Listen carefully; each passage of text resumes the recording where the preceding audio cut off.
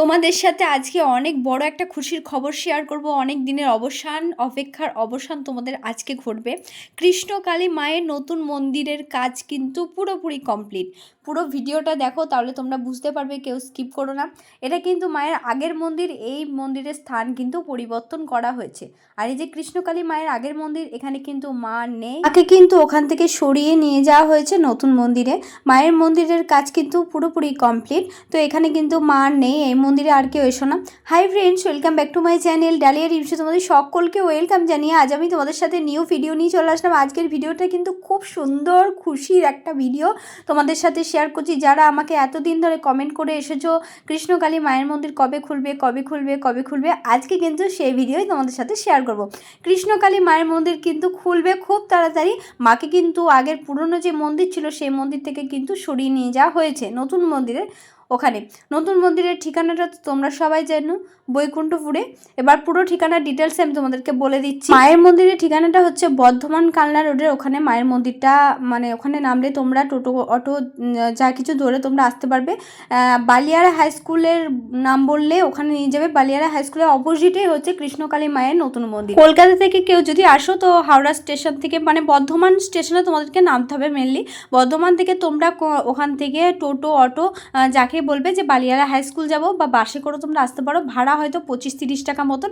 তো ওখান থেকে তোমরা কিন্তু চলে আসতে পারবে মায়ের মন্দিরে। তো বালিয়াড়া হাই স্কুল বললেই চলে আসবে, বৈকুণ্ঠপুর বালিয়াড়া হাই স্কুল। ওখানে কিন্তু মায়ের হচ্ছে আসল নতুন মন্দির। তো ওখানে কিন্তু মাকে প্রতিষ্ঠা করা হবে। আর কৃষ্ণকালী মায়ের যে মন্দিরটা, নতুন মন্দিরটা তৈরি হচ্ছে, ওখানকার প্রচুর আশেপাশের লোক কিন্তু খুব খুশি।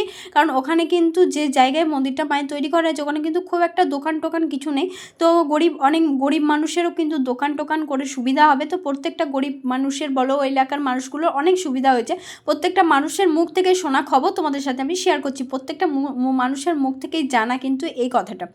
তো প্রত্যেকটা মানুষেরও সুবিধা হবে আর প্রত্যেকটা ভক্তেরও সুবিধা হবে। তো আজকের ভিডিওটা কিন্তু সকলের জন্য খুব একটা মানে গুরুত্বপূর্ণ ভিডিও। আর এই ভিডিওটা কিন্তু কেউ মিস করো না, পুরো ভিডিওটাই দেখো। আর যারা চ্যানেলটা এখনও সাবস্ক্রাইব করোনি, প্লিজ আমার চ্যানেলটাকে সাবস্ক্রাইব করে আমার পাশে দেখো, পুরো ভিডিওগুলো দেখো।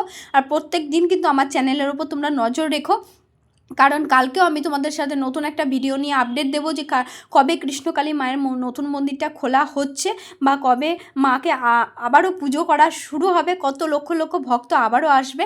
সেই ভিডিও কিন্তু আমি কাল পরশুর মধ্যে তোমাদেরকে আপডেট দিয়ে দেবো। তো কালকে হয়তো নতুন একটা ভালো ভিডিও তোমাদের সাথে শেয়ার করবো, তোমরা চ্যানেলের ওপর নজর রেখো। আর কৃষ্ণকালী মাকে কিন্তু খুব ধুমধামের সাথে ওই যে ওখান থেকে নিয়ে আসা হয়েছে, সেই ভিডিও কিন্তু তোমরা অনেকেই দেখোনি বা অনেকেই জানো না যে পুরনো মন্দিরে কিন্তু মা নেই। মাকে ছোটো হাতি গাড়িতে করে খুব ধুমধামের সাথে মাকে কিন্তু নতুন মন্দিরে নিয়ে যাওয়া হয়েছে।